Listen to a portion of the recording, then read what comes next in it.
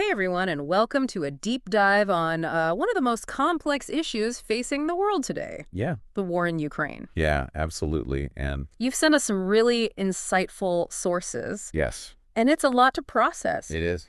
So we're going to do our best to go deeper than the headlines and try to understand not just what is happening, but why. I think that's a great approach. And I think a lot of people are feeling very overwhelmed with just the sheer volume of information that's out there. Right. And one of the things that I think is so crucial in trying to make sense of this conflict is to understand the historical baggage, the nuances, the kind of intricate web of factors that make peace so challenging in this situation. Exactly. We're not going to rehash the daily news here. You're already getting that. Right. We're going to use your sources to examine some potential paths to peace. Yes. Some you may have heard of, some maybe not, Mhm. and really unpack what makes them viable or problematic. And I think one of the things that really jumps out from the material you provided is this issue of trust, or rather the lack of it. Yeah. You can't really talk about peace without acknowledging that Ukraine has seen agreements broken in the past, Right. and particularly with the annexation of Crimea in 2014, that really sowed a lot of distrust. And on the other side, you have Russia that has very deep anxieties about NATO expansion, which they see as a direct threat to their own security. Right. And that's a point that I think comes up a lot, this idea of NATO expansion. Mm-hmm. Can you break down why Russia views this as such a threat? Well, imagine having a powerful military alliance, primarily composed of countries that were once your rivals, Okay. inching closer and closer to your borders. Yeah. That's essentially how Russia sees NATO. Right. Every time a country bordering Russia joins NATO, it's seen as one step closer to encirclement.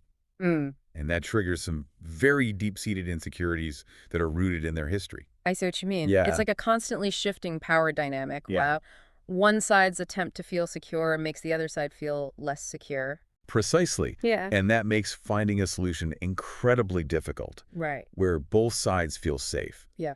For Ukraine, joining NATO is seen as the best way to guarantee their security Uh-huh. against what they perceive as Russian aggression, especially after the annexation of Crimea and the ongoing conflict in Donbass. Yeah. But for Russia, Ukraine joining NATO is a red line Mm-hmm. that they're not willing to cross. So we have this fundamental clash of security needs Yes. that's creating this impasse. Mhm. And it makes you wonder if both sides feel threatened.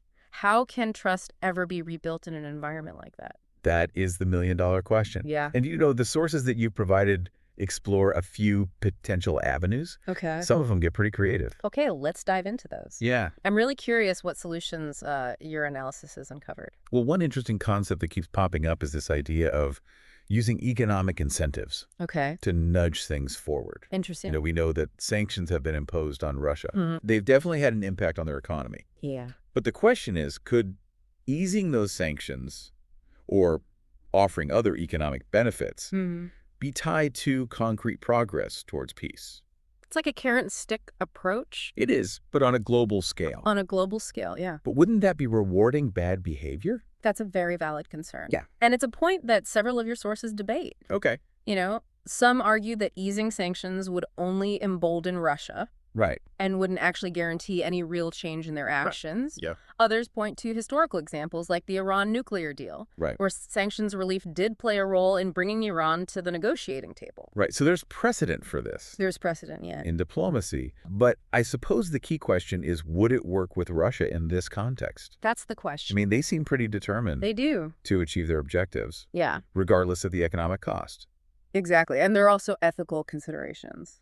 Sanctions, while they are intended to pressure governments, Yeah, often end up hurting ordinary people. of course, yeah. So any talk of easing sanctions has to be weighed against the potential humanitarian impact. That's a really important point. It These is. aren't just like Yeah. abstract geopolitical calculations. These are Real-world consequences. real-world consequences for millions of people. Absolutely. And speaking of real-world consequences, another major barrier to peace Yeah. that's highlighted in your sources is the issue of territorial disputes. Okay. Ukraine wants all of its territory back, Right. including Crimea and the Donbass, Yeah. while Russia views control of these regions as vital to their security. Right. It's a classic zero-sum game.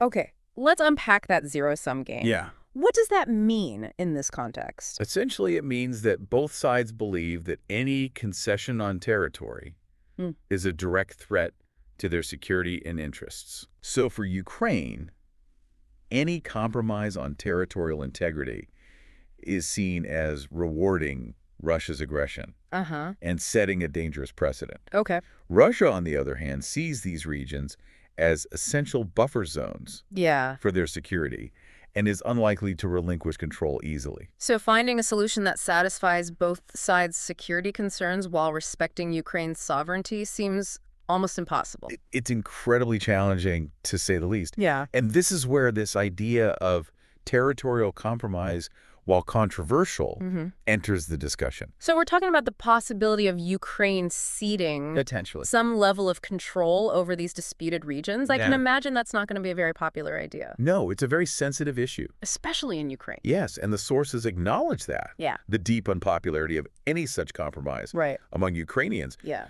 But they also highlight the need to explore all possible avenues Yeah. for peace. And so one idea that's floated is the possibility of granting these regions some degree of autonomy Okay.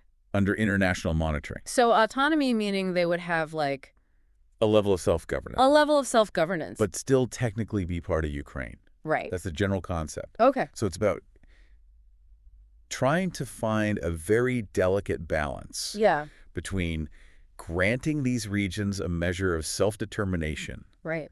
while still ensuring their protection Uh-huh. and upholding Ukraine's territorial integrity. In the eyes of the international community. Yes, exactly. That sounds like a tough needle to thread. It is a tough needle to thread. Would Russia even be open to such an arrangement? That's a big question. Yeah. And would they genuinely respect Ukraine's sovereignty Right. if they still had influence over these autonomous regions? Yeah, these are big questions. Those are precisely the questions that Yeah. would need to be addressed. Yeah. And even if such an agreement could be reached, enforcing it and ensuring long-term stability would be another enormous challenge. It's clear there's no easy fix here. There isn't. We've got this seemingly insurmountable obstacle of territorial disputes. Mm-hmm. We've got the ethical dilemma surrounding sanctions, Yeah. this constant challenge of rebuilding trust Yes. in this deeply fractured environment. Absolutely. It's a lot to grapple with, that's for sure. It is. But I'm eager to delve deeper into some of these more unconventional solutions Okay. that your analysis has uncovered. Well, there's some fascinating ideas out there. Okay. Some involving creative applications of historical peace-building models. Okay. Others exploring the potential for grassroots diplomacy and citizen-led initiatives. All right. And that's what we'll explore Okay. in the next part of our deep dive. I'm all ears. Let's see if we can find some Yeah. some glimmers of hope Yeah. in this complex and challenging situation. So we've laid out some of the big, thorny issues standing in the way of peace in Ukraine. But as promised, we're not just dwelling on problems. No. Your sources actually dig into some pretty innovative solutions as well, Yeah. some drawing inspiration from past conflicts. Yeah, what's fascinating is how often history can offer a roadmap, Mm. even if it's not a perfect one. Right. And one example that caught my eye was the Good Friday Agreement, Okay. which brought an end to decades of conflict in Northern Ireland. The Good Friday Agreement, to be honest, that's one I don't know a ton about. Okay. Refresh my memory on the basics. What was the core of the conflict there? It was a deeply rooted clash between Unionists, Okay. who wanted Northern Ireland to remain part of the United Kingdom, Okay. and nationalists who sought unification with the Republic of Ireland. Right? So it was a complex mix of political, religious, and cultural divisions, Got it. fueled by violence and mistrust on both sides. So how did they finally manage to reach an agreement after so much bloodshed? It took years of painstaking negotiations Yeah. involving multiple parties, Okay. including the British and Irish governments, as well as representatives from both unionist and nationalist communities. Wow. And I think the key breakthrough was a willingness to compromise Yeah. and find solutions that addressed the core concerns of all sides. Okay, so what did that compromise look like? Well, the Good Friday Agreement was built on a framework of power sharing Okay. and mutual recognition. Hmm. So they established a new government for Northern Ireland Okay. with a mandatory coalition between unionist and nationalist parties. Wow. So that ensured that both communities had a voice in decision-making. That's really interesting. And it also included provisions for demilitarization, the release of prisoners, and the establishment of cross-border institutions, to foster cooperation between Northern Ireland and the Republic of Ireland. It sounds like they tackled the issue head-on, They did. acknowledging the need for both sides to feel represented and secure. Do you think that kind of power-sharing model could be applied to the situation in Ukraine? It's an intriguing possibility. Yeah. And several of your sources bring up the Good Friday Agreement Okay. as a potential model. Yeah. Of course, the context is different, Right. and there are unique challenges in Ukraine. Yeah. But the principle of finding ways to ensure that both Ukrainian and Russian-speaking populations feel represented and have a stake in the future Yeah. could have a valuable starting point. It makes you think, though, if power sharing was part of a solution, would Russia even be open to that? That's the big question. It seems like they want complete control. It would require a significant shift in their approach, Yeah. moving away from the idea of dominance Right.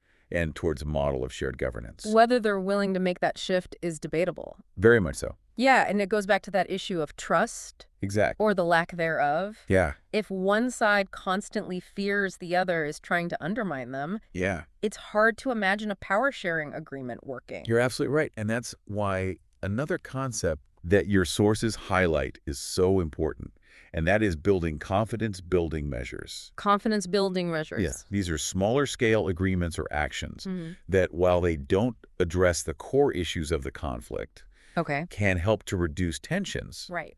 and create a more conducive environment for dialogue. Give me some examples. What kind of confidence-building measures are we talking about? One common example is prisoner exchanges. Okay. Releasing prisoners, particularly civilians or those who are wounded or ill, Yeah. can be a powerful gesture of good faith Right. and can help to humanize the conflict. Yeah. Another example is cooperation on humanitarian aid. Working together to provide assistance to those affected by the war, regardless of which side they're on, Right. can foster a sense of shared purpose Yeah. and build trust between the parties. It's like finding common ground, even if it's just in the realm of humanitarian assistance. Exactly. It can open the door to more meaningful dialogue down the line. Right. And another type of confidence-building measure, Okay. but that's often discussed, particularly in a situation like Ukraine, Yeah. where territorial disputes are so central, Right. is the establishment of demilitarized zones. Remind me, what exactly is a demilitarized zone, and how could it help in this situation? So a demilitarized zone, or DMZ, is basically a buffer zone Okay. between opposing forces Yeah. where both sides agree to withdraw their troops and heavy weaponry. Right. And it's meant to reduce the risk of accidental clashes or provocations Got it. and create a space where tensions can de-escalate. So it's like a physical separation, It is. a way to create some breathing room. Exactly. Has that been successful in other conflicts? It's been used in various contexts with mixed results. Okay. The most well-known example is probably the DMZ Right. between North and South Korea, Yeah. which has been in place for decades. Of course. And while it hasn't resolved the underlying conflict, Right. it has largely prevented a resumption of major hostilities. That's interesting. So it can be a way to contain the conflict, It can? even if it doesn't solve it outright. Mm-hmm. But how would we apply that to the situation in Ukraine where the front lines are constantly shifting? That's one of the big challenges. Yeah. Establishing a DMZ in eastern Ukraine, for example, Right. would require both sides to agree on a clear demarcation line Yeah. and commit to withdrawing their forces. Right. It would also require robust monitoring mechanisms, Yeah. potentially involving international peacekeepers, Right. to ensure compliance. It sounds logistically complex, It is. and it would require a level of trust that seems pretty elusive right now. Absolutely. And it's important to remember that a DMZ is not a solution in itself. Yeah. It's a tool, It's a tool. a way to create space and time Right. for diplomacy to work. Okay. If the underlying issues of the conflict remain unaddressed, Yeah. a DMZ is unlikely to be sustainable in the long run. So while it might be a helpful step, it's not a magic bullet. Exactly. And that brings us to another crucial aspect that's often overlooked in discussions of peace. Which is, And that is the role of justice and reconciliation. right, this is where we start thinking about healing the wounds of war, Exactly. holding perpetrators accountable, and finding ways to move forward as a society. Precisely. And it's not just about punishing those who committed crimes. Okay. It's about acknowledging the suffering of victims, Mm-hmm. addressing historical grievances, Yeah. and finding ways to rebuild trust and social cohesion. Your sources highlight some really interesting examples of how this has been done in other post-conflict situations. They do. Can you walk us through some of those? Well, one fascinating case study is the Gacaca courts in Rwanda. I've heard of those. Yeah, these were community-based courts Okay. that were established after the genocide Right. to address the enormous backlog of cases Wow. and promote reconciliation at the local level. Okay.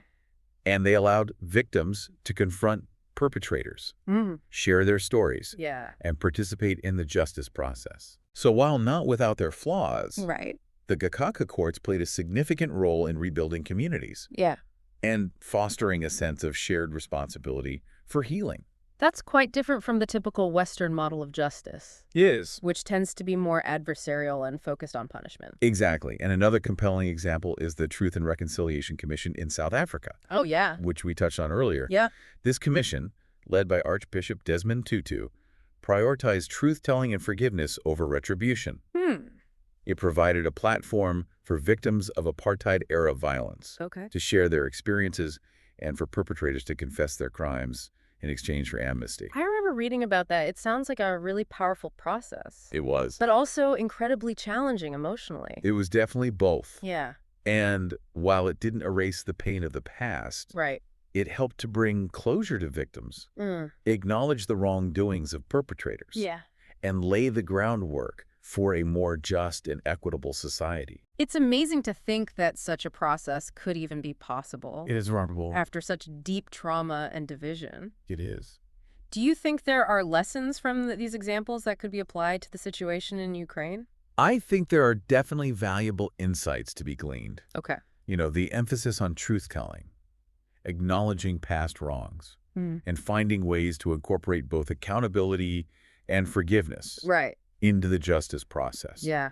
could be incredibly relevant in the Ukrainian context. It seems like a daunting task, though, It would be. given the scale of the conflict and the deep animosity that exists between the two sides. It would undoubtedly be a long and difficult process. Yeah. But as these examples show, Yeah. even in the most challenging circumstances, the pursuit of justice and reconciliation can be a powerful force for healing and transformation. And it's not just about top-down initiatives, right? You know, it's not. Your sources also talk about the role of grassroots diplomacy and citizen-led peace-building efforts. Absolutely. One of the most inspiring aspects of this conflict Yeah. has been the emergence of citizen-led peace-building initiatives. You know, despite the animosity between their governments, Yeah. there are countless examples of Ukrainians and Russians Wow. working together to provide humanitarian aid, That's great. build bridges between communities, and promote dialogue and understanding.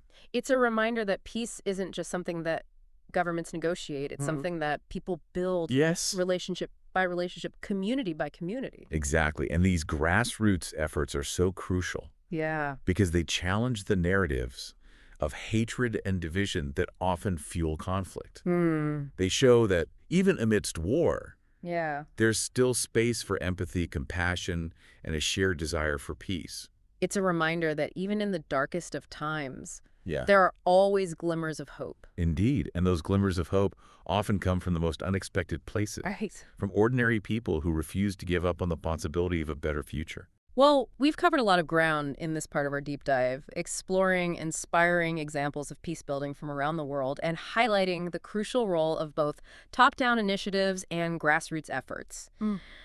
But there's one more crucial element we need to address, Okay. and that's the role of the international community. That's right. The actions or inaction of the international community can have a profound impact Yeah. on the trajectory of this conflict. So in the next and final part of our depth dive, we'll delve into the complexities of the global response to the war, the challenges of promoting peace on an international stage, and the broader lessons we can learn from this conflict that might help us prevent similar tragedies in the future. It's a conversation that goes far beyond Ukraine's borders, Yeah. touching on issues of global security, international cooperation, and the very future of our interconnected world. So we've explored potential solutions.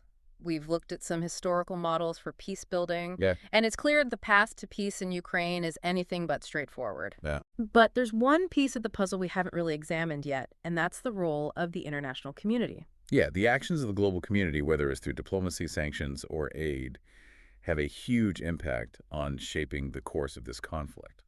One of the things your sources emphasize is this delicate balance that needs to be struck. Hmm. On the one hand, supporting Ukraine's right to defend itself is essential. Right. But on the other hand, there's this question of whether certain types of support might actually prolong the conflict or make negotiations harder. It's a real dilemma, and there's no easy answer. Yeah. Some argue that providing Ukraine with increasingly powerful weapons Right. could escalate the fighting and make Russia less willing to come to the negotiating table. Yeah. Others contend that a strong defense is the best way to deter further aggression Hmm. and create the conditions for a negotiated settlement. I'm thinking back to our discussion of sanctions earlier. Yeah. There's a similar debate there, right? Absolutely. The intention is to pressure Russia, but there's always the concern about unintended consequences Right. and the impact on ordinary citizens. That's right. And when you factor in the interconnectedness of the global economy, Yeah. the ripple effects of sanctions can be felt far beyond Russia's borders. Right. We've seen the impact on energy prices, food security, global trade. Exactly. It becomes a real balancing act Mhm. between applying pressure and mitigating collateral damage. It really highlights how this war isn't just a regional conflict. Well- It's truly a global crisis It is. with far-reaching consequences. Absolutely. And it's a reminder that the pursuit of peace requires a coordinated global effort. Yeah. One of your sources argues that countries like China, which have significant influence over Russia, Right? could play a pivotal role in pushing for negotiations. That makes sense, but wouldn't China be hesitant to alienate Yeah. a key strategic partner? That's the question. What kind of leverage could they realistically exert? Well, that's what gets interesting. Some experts suggest that China's own economic interests, particularly their desire for stability in global markets, could incentivize them to push for a resolution. Right. Others point to China's longstanding principle of non-interference in other countries' affairs, which could limit their willingness to get directly involved. So it's a complex web It is. of political and economic considerations. Yes. But even if China doesn't directly intervene, Right. their stance on the conflict carries a lot of weight internationally. Absolutely. And it's not just about the actions of individual countries. Okay. The role of multilateral institutions is also critical. Right. I'm thinking of organizations like the United Nations. Yeah. We hear about UN resolutions condemning the invasion. Mm. But beyond that, what tangible actions can they take to Mhm. promote peace in this situation? Well, the UN's role is multifaceted. Okay. They're involved in providing humanitarian aid, Yeah. documenting human rights abuses, Right. and facilitating dialogue between the parties. One of your sources argues that the UN could potentially play a more active role in monitoring ceasefires or overseeing potential peace agreements. That raises the question of enforcement. Yeah. UN peacekeeping missions have a mixed track record, Right. and it's hard to imagine Russia agreeing to any kind of international force on their territory. Those are definitely valid concerns, and it highlights the limitations of international institutions. Right. But even if they can't directly enforce peace, Mm-hmm. the UN can play a crucial role in setting norms, Yeah. providing a platform for diplomacy, Right. and mobilizing international pressure. So it's about using all the tools at their disposal, It is. even if those tools are imperfect. Exactly. And one aspect that's often overlooked is the role of soft power, Soft power. which can be just as influential as military or economic might. What exactly do we mean by soft power in this context? It's the ability to influence others through cultural exchange diplomacy and the promotion of shared values. So, for example, showcasing stories of resilience and resistance from Ukrainian citizens Right. can help to galvanize international support and undermine Russia's narrative about the conflict. It's about winning hearts and minds, Yes. not just battles on the ground. Precisely. And that brings us to a broader question that I think is worth pondering as we wrap up this deep dive. Okay. What lessons can we learn from this conflict that might help us prevent similar situations from arising in the future? That's a big question, but given everything we've discussed, it seems like a crucial one to consider. It is a big question, and I think one key takeaway is the importance of investing in conflict prevention and early warning systems. Okay. Had there been more effective mechanisms in place to address the underlying tensions between Russia and Ukraine, Right.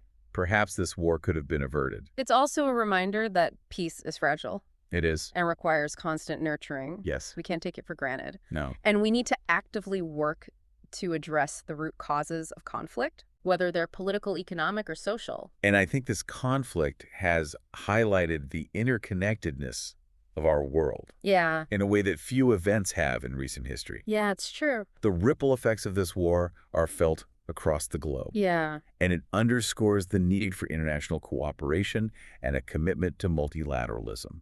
It's a reminder that in today's world, security is indivisible. Yes.